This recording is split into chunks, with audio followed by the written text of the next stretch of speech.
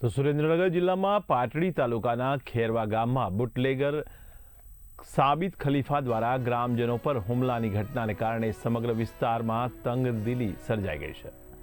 તો મળતી માહિતી મુજબ ખેરવા ગામના નવાપરા વિસ્તારમાં રહેતા અલાઉદ્દીન અને તેમના પુત્ર નવાબભાઈ પર બુટલેગરે છરી વડે હુમલો કર્યો હતો।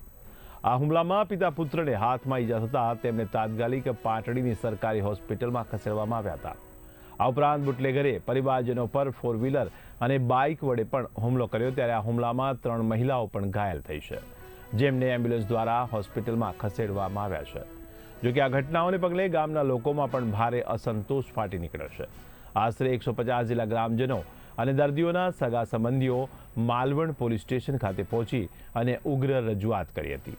બુટલેગર વિરુદ્ધ ફરિયાદ પણ નોંધવામાં આવી છે, ત્યારે સુરેન્દ્રનગર જિલ્લાના પોલીસ વડાને પણ જાણ કરવામાં આવી છે। ત્યારે સ્થાનિકોમાં માંગ ઉઠી છે કે આવા બુટલેગરો સામે કડક પગલાં લેવામાં આવે અને ગામમાં દારૂના ધંધાને સંપૂર્ણપણે બંધ કરવામાં આવે।